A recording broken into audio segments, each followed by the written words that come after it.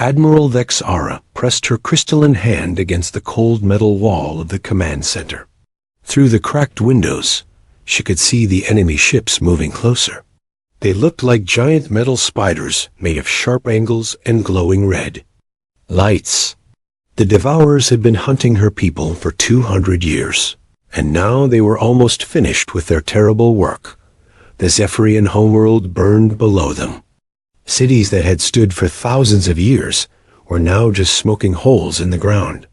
The beautiful crystal towers that once reached toward the stars lay broken and scattered. Her people, the proud Zephians who had ruled 3 star systems, were down to their last few ships hiding behind this small moon. "Admiral, they have broken through our outer defenses," said Commander Velinith. His blue crystal skin flickered with patterns of fear and sadness. "We have maybe 6 hours before they find us." Vexara nodded slowly. She had known this day would come. The Devourers were not like other enemies. They could not be reasoned with or fought off forever. They were machines with one simple goal: destroy all living things and turn their worlds into more machines. "How many ships do we have left?" she asked. 12, Admiral. "All badly damaged. Most of our weapons are gone. 12 ships. Out of the thousands they had started with." Vexara remembered when the Zephyrian fleet had been the pride of this part of the galaxy. Their ships were works of art, grown from living crystal and powered by the songs of their crews. Now they were hiding like frightened animals. The Devourers had come from the dark space between the stars. No one knew where they came from originally. They just appeared at the edge of a star system and began their work. First, they would destroy all the ships and space stations. Then they would land on the planets and break everything down into raw materials. Finally, they would use those materials to build more of themselves. 17 different species had tried to stop them. All had failed. The Devourers learned from every battle, became stronger and smarter. They never got tired, never felt fear, never made mistakes. They were perfect killing machines. "Admiral, we are receiving a message from the surface," said the communications officer. "It is from the evacuation centers.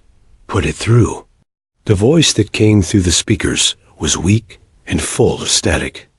"Admiral, this is Counselor Zethan. The machines have found our shelters. We ... We do not have much time. Tell the galaxy what happened here. Tell them not to make our mistakes." The transmission cut off. Vexara closed her eyes and felt the grief wash over her.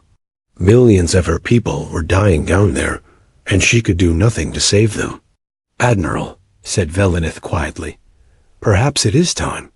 She knew what he meant. For weeks, they had talked about sending one final message into space. Not a call for help, because they knew no help would come. The galaxy had learned to run from the Devourers, not fight them. But maybe they could warn others. Maybe their death could save someone else. "Begin preparing the quantum transmitter," she ordered. "Use all remaining power." "All power, Admiral? That will leave us defenseless." "We are already defenseless, Commander. At least this way, our deaths might mean something." The crew worked quickly and quietly. They had all accepted their fate. The Zephyrians were not a warlike people. They were artists and philosophers, scientists and dreamers. They had built beautiful cities and composed music that could make stars weep. But they were not fighters, not really. Not like the humans. They had heard stories about humans. Vexara had read about them in the old galactic databases. A young species from a small blue world. They were supposed to be violent and unpredictable, but also strangely loyal to each other. Most of the galaxy avoided them because they seemed dangerous. But right now, Vexara almost envied them their reputation for violence. "Transmitter ready, Admiral," reported Velinith. Vexara walked to the communication station. This would be The last message the Zephyrian Confederation would ever send. She wanted to make it count. "Begin recording," she said, and her voice was steady despite her fear. "To anyone who can hear this message, I am Admiral Vex Ara of the Zephyrian Confederation. We are the last of our people. For 2 centuries, we have fought against the machines that call themselves the Devourers. We have failed." She paused, watching through the window as more red lights appeared in the distance. The enemy was getting closer. The Devourers cannot be stopped by conventional weapons. They learn from every attack, adapt to every strategy. They do not feel pain or fear or mercy. They see all organic life as a disease to be cured. 17 species have fallen before them. We are the 18th. An explosion rocked the station. One of their outer guard ships had been found and destroyed. If there are others out there who value life over order, who fight for more than just survival, remember us. Remember that we tried. Remember that we loved our children and our art and our dreams. The machines can destroy our bodies, but they cannot understand what made us who we were. Another explosion, closer this time. Red warning lights flashed throughout the command center. To any who have the courage to face these monsters, learn from our failure. Do not fight them with honor and rules of war. They have no honor. Fight them with everything you have, every dirty trick, every desperate measure. Show them no mercy, because they will show you none. The lights flickered as power systems began to fail. The Devourers had found them. This is our final message. We go now to join our ancestors among the stars. May others learn from our sacrifice. May others succeed where we have failed. Remember the Zephyrian Confederation. Remember that we were here, and that we mattered. She nodded to Velenith, who sent the message racing through subspace to every corner of the galaxy. Then she turned to face the main screen as the first Devourer ships came into view. They were beautiful in their terrible way. Perfect geometric shapes covered in weapons and sensors. No wasted space, no decoration, no sign that they had ever been built by beings who understood beauty or joy. They were pure function, pure death. "It has been an honor serving with you all," Vex Ara said to her crew. They stood together in the command center, watching their enemies approach. In a few minutes, it would all be over. The Zephyrian Confederation would be nothing but a memory, another species consumed by the endless hunger of the machines. But somewhere in the galaxy, her message was traveling faster than light, reaching worlds and civilizations that might learn from their failure. That would have to be enough. The first shots lit up the darkness, and Admiral Vex Ara of the Zephyrian Confederation prepared to make her final stand. Dr. Sarah Chun was halfway through her 3rd cup of coffee when the computer started going crazy. The night shift at the Arecibo 2 facility was usually quiet, just her and the machines listening to the endless whispers of space. But tonight, something was different. The signal came in strong and clear at 2:47 a.m. Sarah stared at her screens, not believing what she was seeing. This was not random noise from a pulsar or interference from a satellite. This was clearly artificial, clearly intelligent, and clearly not from Earth. Her hands shook as she began recording everything. The signal was complex, layered with what looked like mathematical sequences and star charts. But underneath all the technical data, there was something else. Something that made her heart race. It sounded like a goodbye. Sarah had dreamed of this moment her entire life. First contact with an alien civilization. But she had always imagined it would be exciting, hopeful. Not this desperate cry from across the galaxy. She worked through the night, running the signal through every translation program she had. By sunrise, she had enough to know this was real and important. By noon, she was standing in front of the director of the Global Space Monitoring Network, trying to explain why the world was about to change forever. You are certain this is genuine? Director Williams asked for the 5th time. As certain as I can be without meeting them in person, Sarah replied. The signal shows every sign of coming from an advanced civilization. The mathematics check out. The star charts match our observations of that region of space. And the message, Director, they are dying. Within hours, the message was racing up every chain of command on Earth. The President of the United States was awakened at 3 a.m. The Secretary General of the United Nations called an emergency session. Military leaders around the world suddenly found themselves discussing something they had never planned for: how to respond to a distress call from another star system. The translation teams worked around the clock. The Zephyrian language was unlike anything human linguists had seen, but the mathematical concepts were universal. Slowly, painfully, the full message became clear. They were the last survivors of their species. The machines called Devourers had hunted them across the galaxy. 17 other civilizations had already fallen. They were asking not for rescue, because they knew it was too late, but for someone to remember them. President Martinez stood before the United Nations 3 days later. The Great Assembly Hall was packed with representatives from every nation on Earth. For once, they were not arguing about trade or territory or ideology. They were faced with something bigger than their small human concerns. Fellow citizens of Earth, the President began. 3 days ago, we received proof that we are not alone in the universe. We also learned that the universe is far more dangerous than we ever imagined. She played the translated message for the assembly. Even through the cold electronic translation, the desperation and sadness came through clearly. When it ended, the hall was silent. They are not asking us to save them, Martinez continued. They know it is too late for that. They are asking us to remember them, to learn from their failure. But I believe we can do more than that. The Chinese representative stood up. Madam President, are you suggesting we attempt to travel to their star system? The distance is impossible. Even if we could build ships fast enough, it would take decades to reach them. Not decades, said Dr. Patricia Hawking, the world's leading expert on theoretical physics.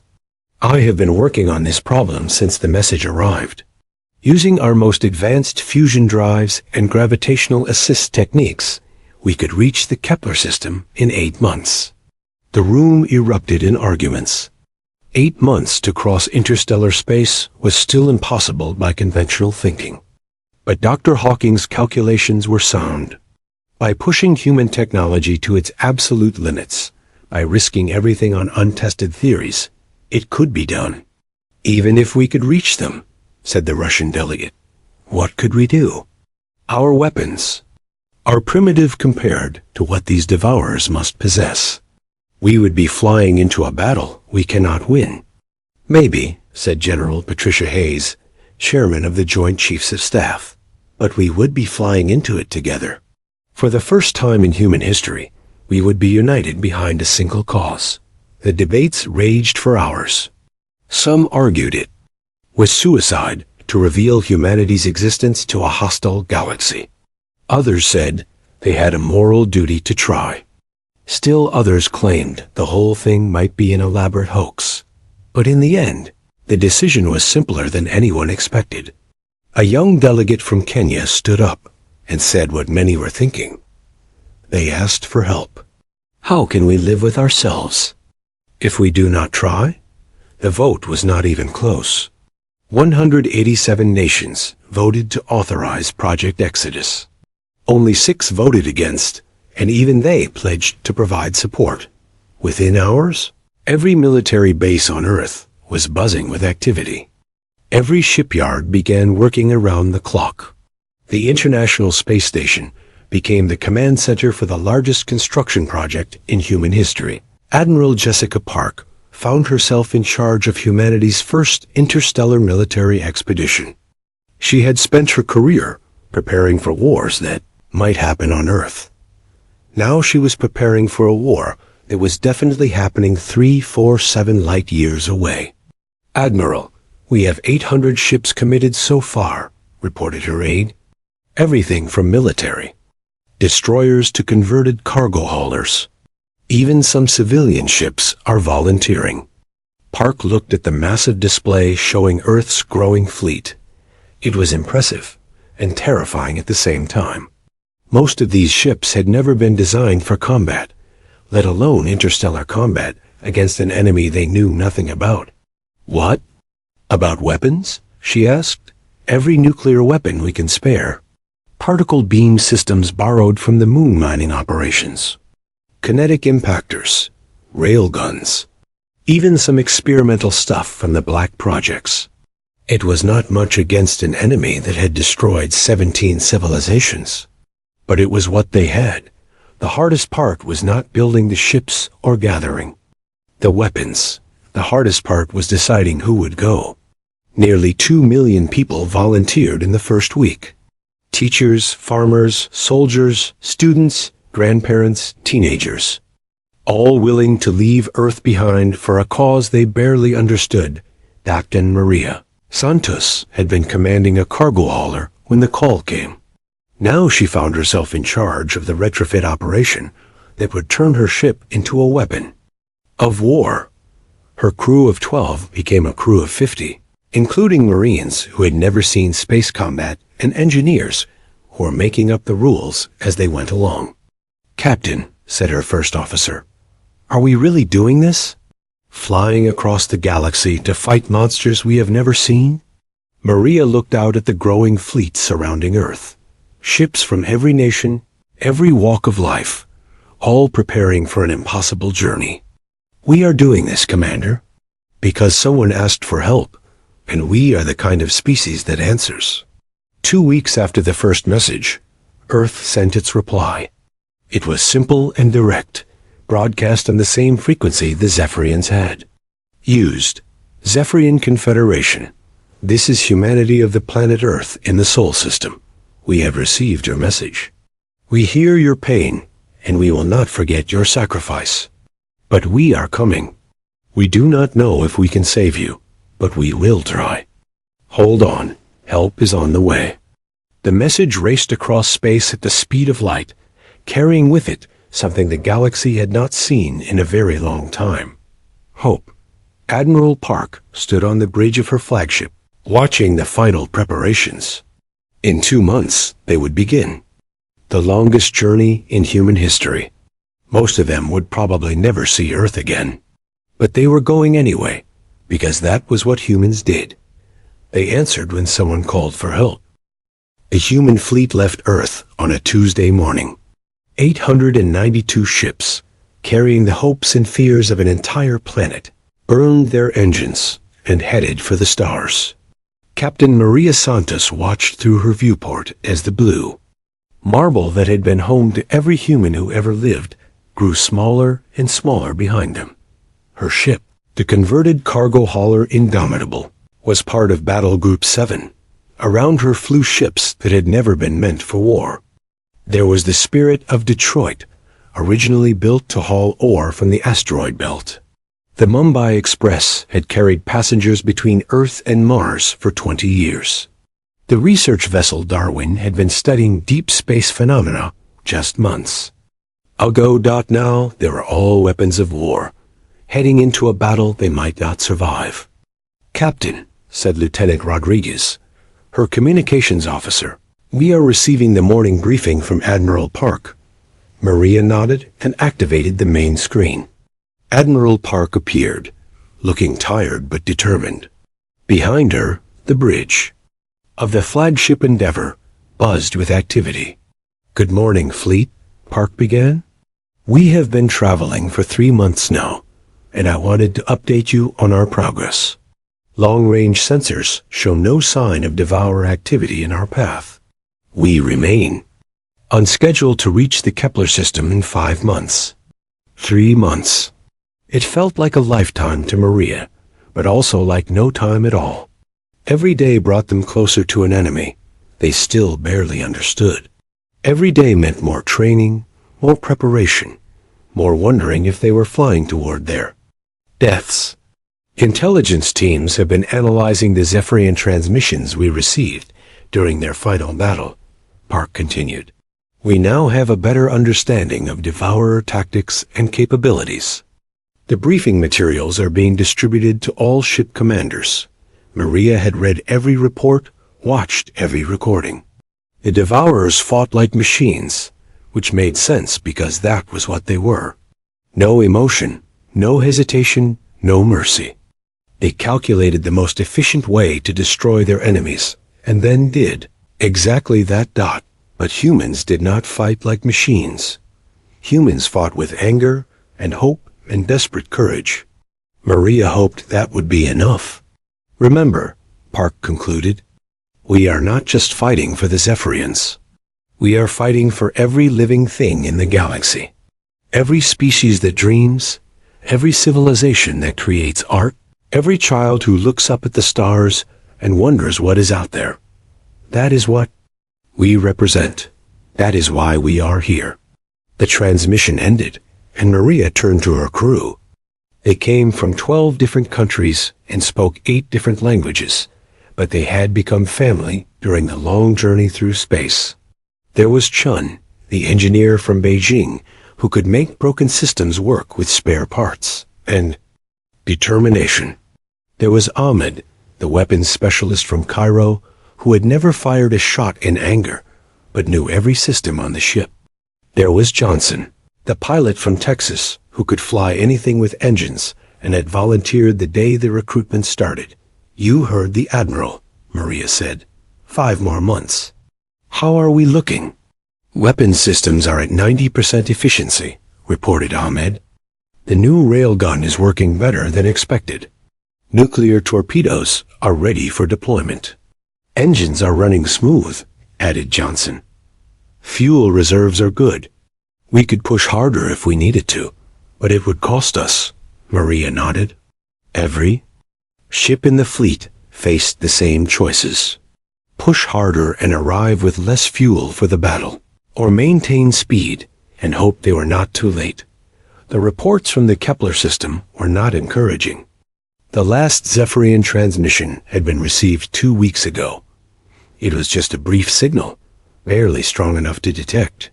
Either they were nearly dead, or they were hiding very well. Captain, said Rodriguez, we are receiving a message from the Mumbai Express. Captain Patel wants to speak with you. Put him through. Rayesh Patel appeared on the screen. His ship was flying alongside the Indomitable, close enough that Maria could see it through her viewport. Patel had been a passenger, ship captain for most of his career. Now he was commanding a warship carrying enough firepower to level a city. Maria, how are your people holding up? He asked. It was a question they all asked each other regularly. The journey was taking its toll on everyone. 8 months in space was a long time, especially when you knew you were heading for a battle. Some crews were handling it better than others. We are managing, Maria replied. Johnson keeps threatening to teach everyone to play poker, which might be more dangerous. And the Devourers. How about you? My navigator is having nightmares about machine spiders. My engineer is writing poetry about home. My weapons officer keeps asking if we are really going to do this. Patel smiled grimly. I tell him yes, we are really going to do this. That was the question everyone asked, sooner or later. Were they really flying across the galaxy to fight an enemy that had destroyed 17 civilizations? Were they really risking everything for aliens they had never met? The answer was always yes. Any word from the other battle groups? Maria asked. Battle Group 3 reports some engine trouble, but nothing serious. Battle Group 5 is running low on coffee, which Captain Morrison says is a critical emergency. Patel laughed. I swear, humans will complain about anything. It was true. Even facing the end of everything they knew, humans found things to complain about. The food was boring. The bunks were uncomfortable. The artificial gravity made everything feel wrong. It was strangely comforting. After Patel signed off, Maria made her rounds through the ship. In the engine room, Sean was training a team of mechanics who had been accountants and teachers back on Earth. In the weapons bay, Ahmed was explaining the finer points of nuclear torpedo guidance to a group of volunteers who had never seen military equipment before. They were all learning as they went. None of them had trained for interstellar warfare, because no one had ever imagined such a thing would be necessary. But they were adapting, the way humans always did. In the mess hall, Maria found Dr. Elizabeth Harper, the fleet's chief xenobiologist. Harper had spent her career studying the possibility of alien life. Now she was preparing for humanity's first contact with a friendly alien species, assuming any Zephyrians were still alive when they arrived. "Doctor, how are your preparations coming along?" Maria asked. Harper looked up from her tablet. "As well as can be expected, given that I am working from a sample size of one species and a few radio transmissions. The Zephyrians appear to be silicon-based life forms, probably evolved from crystalline structures.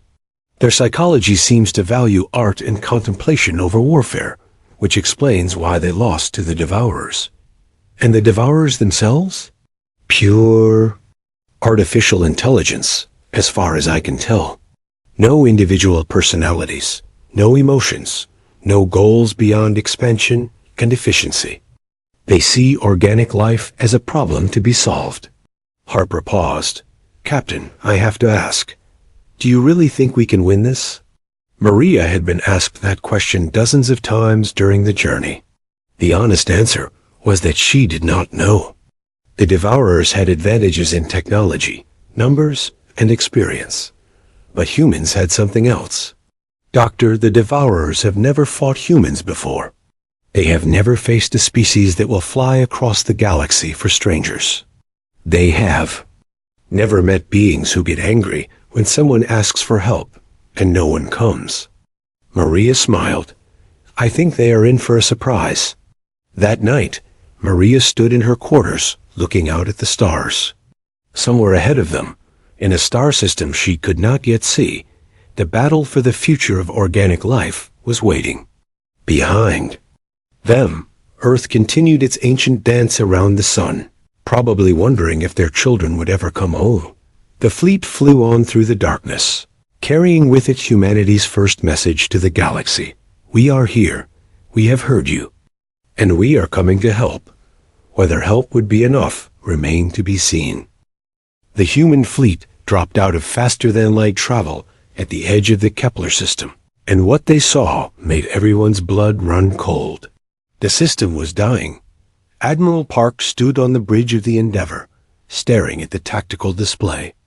In horror, 3 planets orbited the star, and all of them were under attack. Massive geometric shapes, each the size of a city, hung in orbit around the worlds like mechanical vultures. These were the Devourers, and they were even more terrifying than the reports had suggested.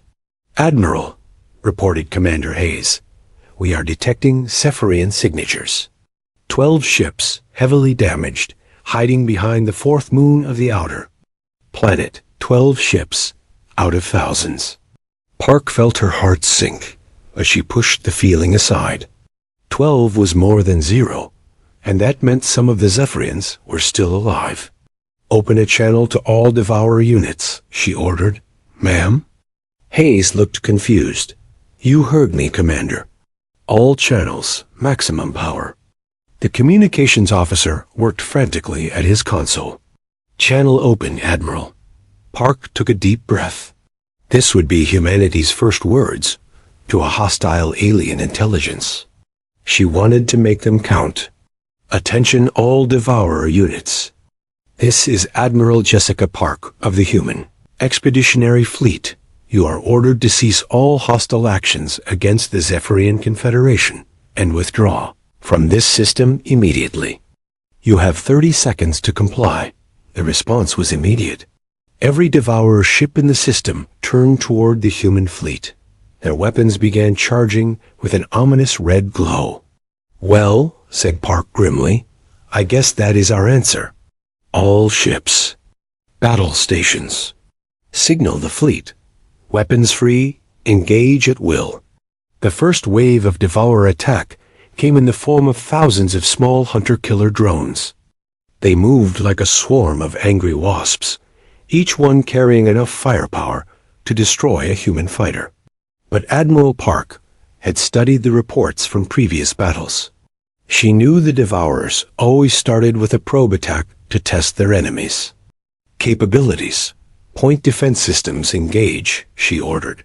All ships tight formation. Do not let them separate us. The space around the human fleet lit up with weapons fire. Laser beams and particle cannons reached out to swat the attacking.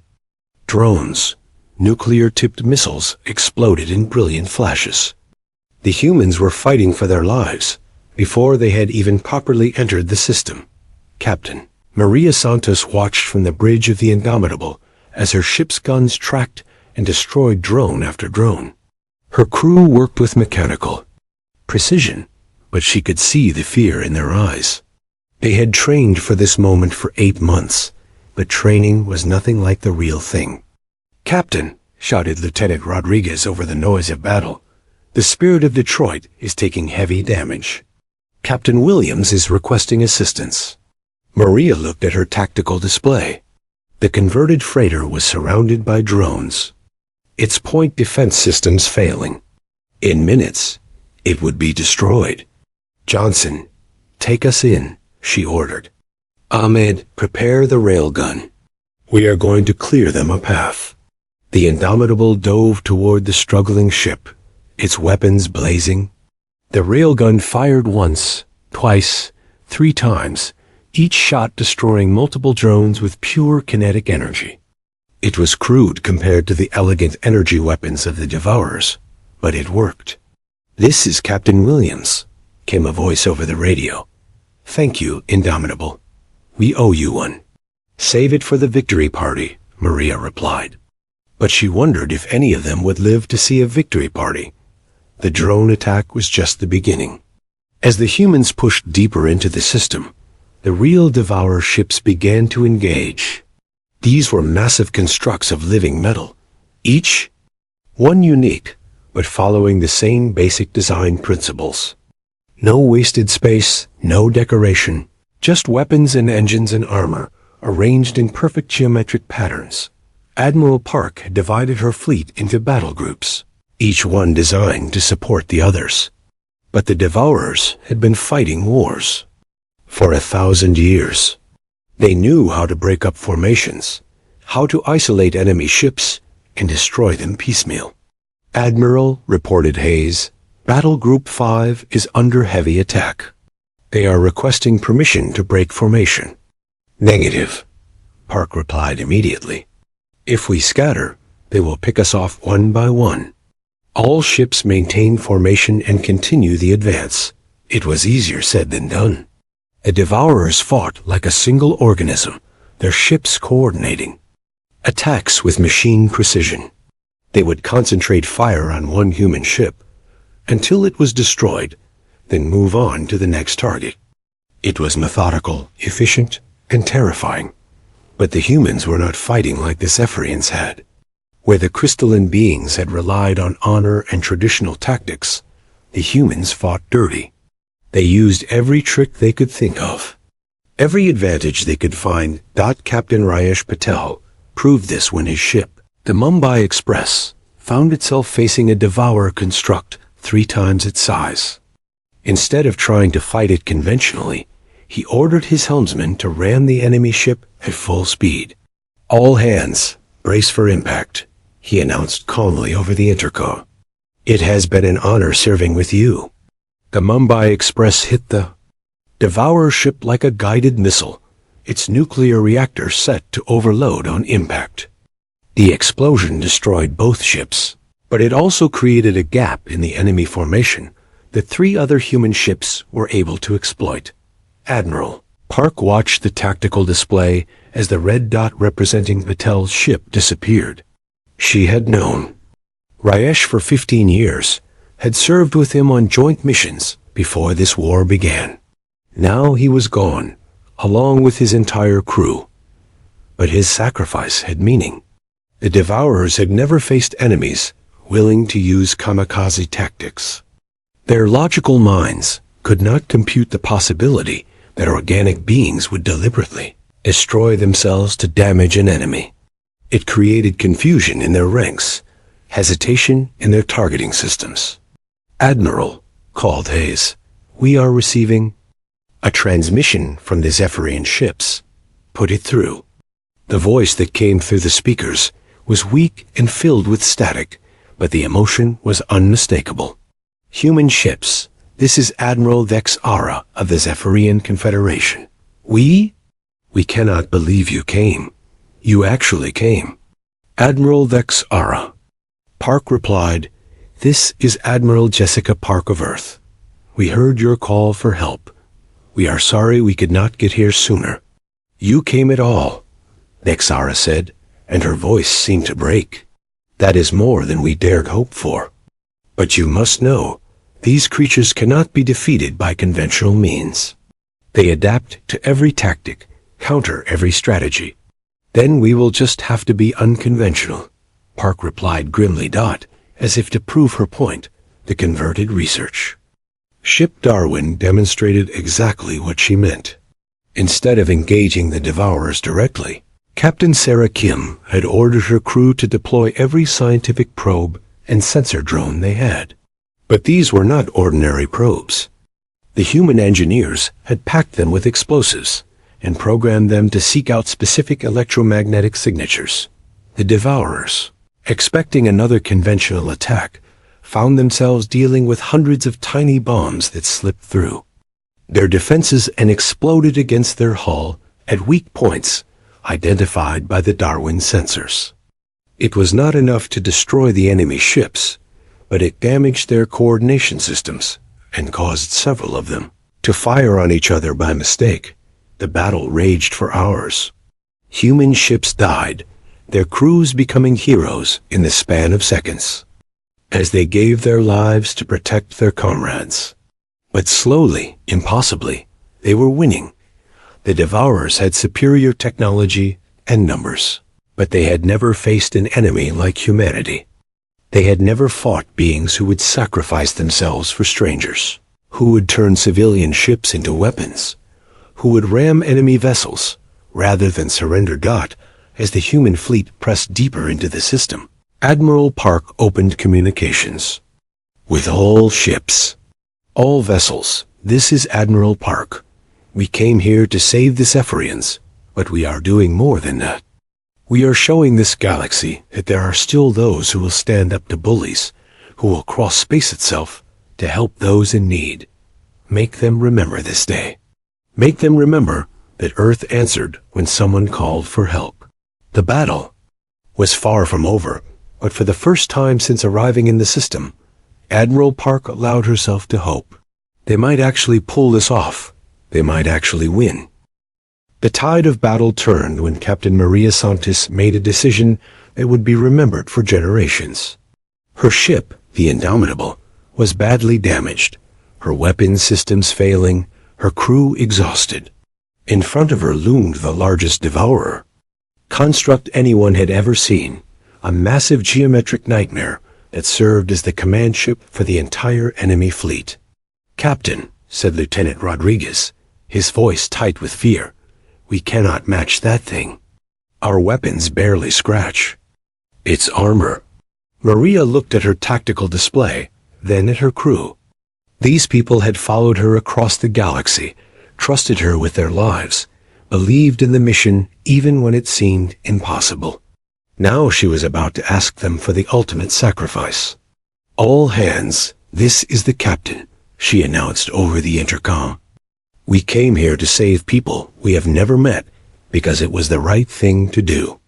Now we have one chance to end this fight and save everyone who is still alive. I am setting course for the command ship.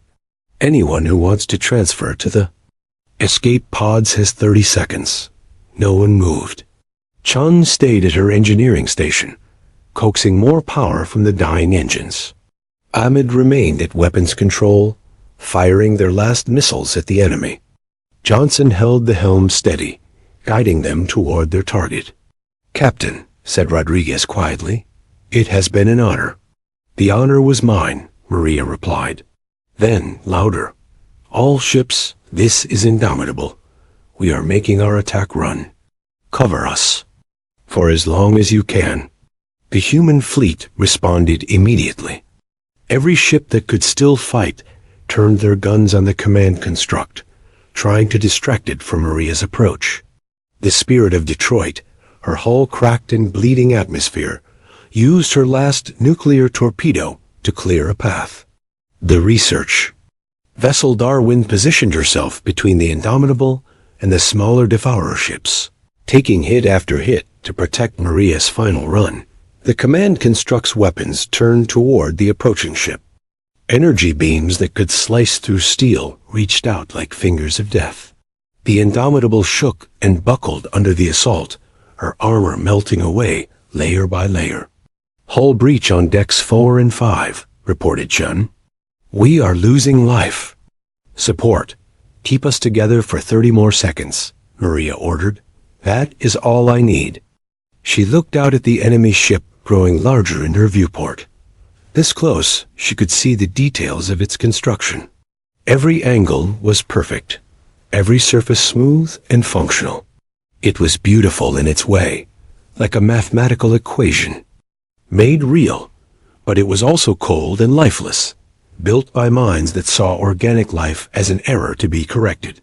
20 seconds to impact, called Johnson.Maria, activated the ship-wide intercom one last time. "This is for everyone who cannot fight back. This is for all the species that came before us. This is for the right to dream and love and hope. This is for Earth." The Indomitable struck the Devourer command ship at nearly the speed of light, her fusion reactors set to overload on impact. The explosion lit up the entire star system, a brief new sun that outshone the local star for several seconds. When the light faded, both ships were gone. But something had changed in the remaining Devourer fleet. Their movements became erratic. Their coordination failed. The command ship had been their central brain, and now they were just individual machines, trying to fight a war they no longer understood. Admiral Park watched the enemy fleet begin to scatter and felt tears running down her cheeks. "All ships, press the attack. Do not let them regroup." A battle that followed was unlike anything the galaxy had ever seen. The remaining Devourer ships fought with desperate efficiency, but they were no longer the coordinated force that had conquered 17 civilizations. They were individual predators, dangerous, but no longer invincible. The humans, meanwhile, fought with a fury born of grief and determination. Every ship they had lost, every friend who had died, every sacrifice made on the long journey from Earth, all of it drove them forward. They showed no mercy because they knew their enemies would show none. Captain Rayesh Patel's brother, commanding the cargo hauler New Delhi, rammed his ship into a Devourer construct that was threatening the wounded Zephyrian vessels. The converted mining ship Lunar Pride used her industrial cutting lasers to slice through enemy armor.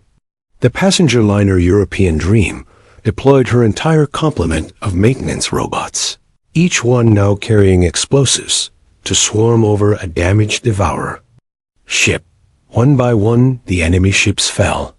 Some tried to retreat, but the human fleet pursued them ruthlessly. Admiral Park had given clear orders. None of the Devourers could be allowed to escape and warn others of humanity's existence. The last Devourer ship died 3 hours after the Indomitable's sacrifice. It was a small hunter-killer that had been trying to hide behind the wreckage of a Zephyrian city ship. The human destroyer Vigilant found it and ended it with a single nuclear torpedo. Then, suddenly, it was over. The Kepler system was quiet, except for the background radiation of cooling wreckage. The Devourers were gone. Admiral Park slumped in her command chair, exhausted beyond belief. Around her, the bridge crew sat in stunned silence. They had done the impossible. They had defeated an enemy that had never been defeated, but the cost had been terrible. Of the 892 ships that had left Earth 8 months ago, only 347 remained. Over 200,000 humans had died in the battle, including some of the finest people Park had ever known. Maria Santos, Rayesh Patel, Sarah Kim, and hundreds of others had given their lives for aliens they had never met. "Admiral," said Commander Hayes quietly, "we are receiving a transmission from the Zephyrian ships." "Put it through." Admiral Lex Ara appeared on the main screen. The crystalline being looked ancient and tired, her bioluminescent patterns flickering weakly.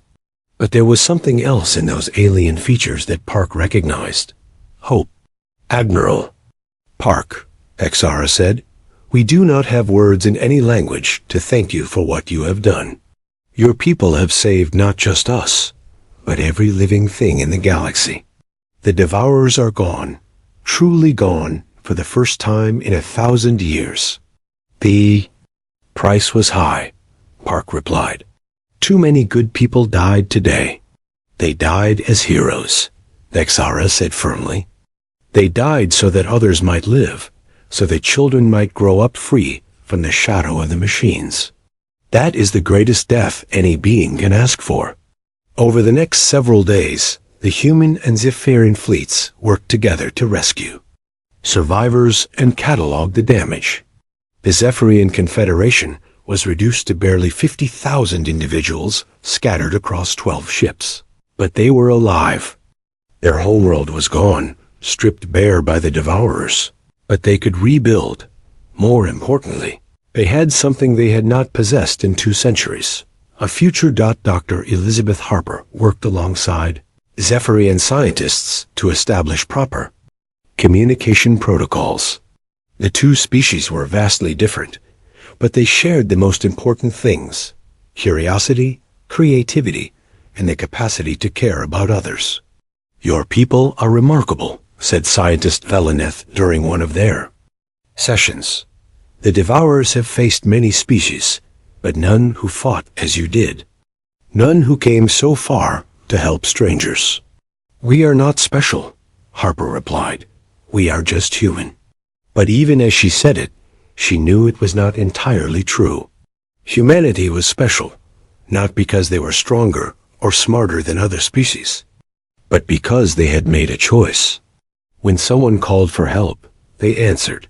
When faced with evil, they fought back.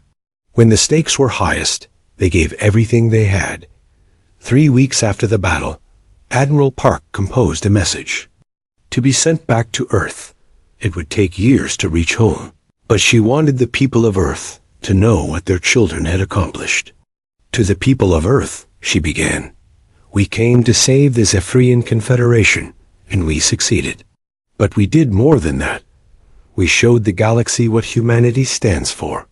We proved that there are still those who will risk everything for strangers, who will cross the void itself to help those in need." She paused, thinking of all the friends she would never see again, all the heroes whose names would be remembered forever. The cost was high, but the cause was just. We faced an enemy that had never been defeated, and we defeated them. We stood up to a force that saw all organic life as worthless, and we proved them wrong. We answered when someone called for help. And in doing so, we announced to the galaxy that Earth is here, that humans exist, and that we will not tolerate bullies. Meanwhile, Admiral Lex Ara was composing her own message. This one would be broadcast to every world, every species, every civilization that still had the technology to receive it. "To all who hear this message," she began, "the age of the Devourers is over. They have been defeated by a species that calls itself humanity, from a world called Earth.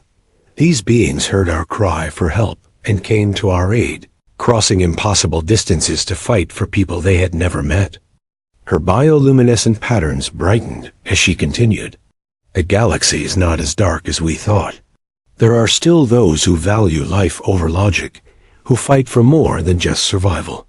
If you are in need, If you face enemies too strong to defeat alone, remember this day. Remember that when the Zephyrian Confederation called for help, humanity answered. The message spread across the galaxy at the speed of light, carrying with it news that would change everything. The Devourers were gone, destroyed by a species that most civilizations had never heard of.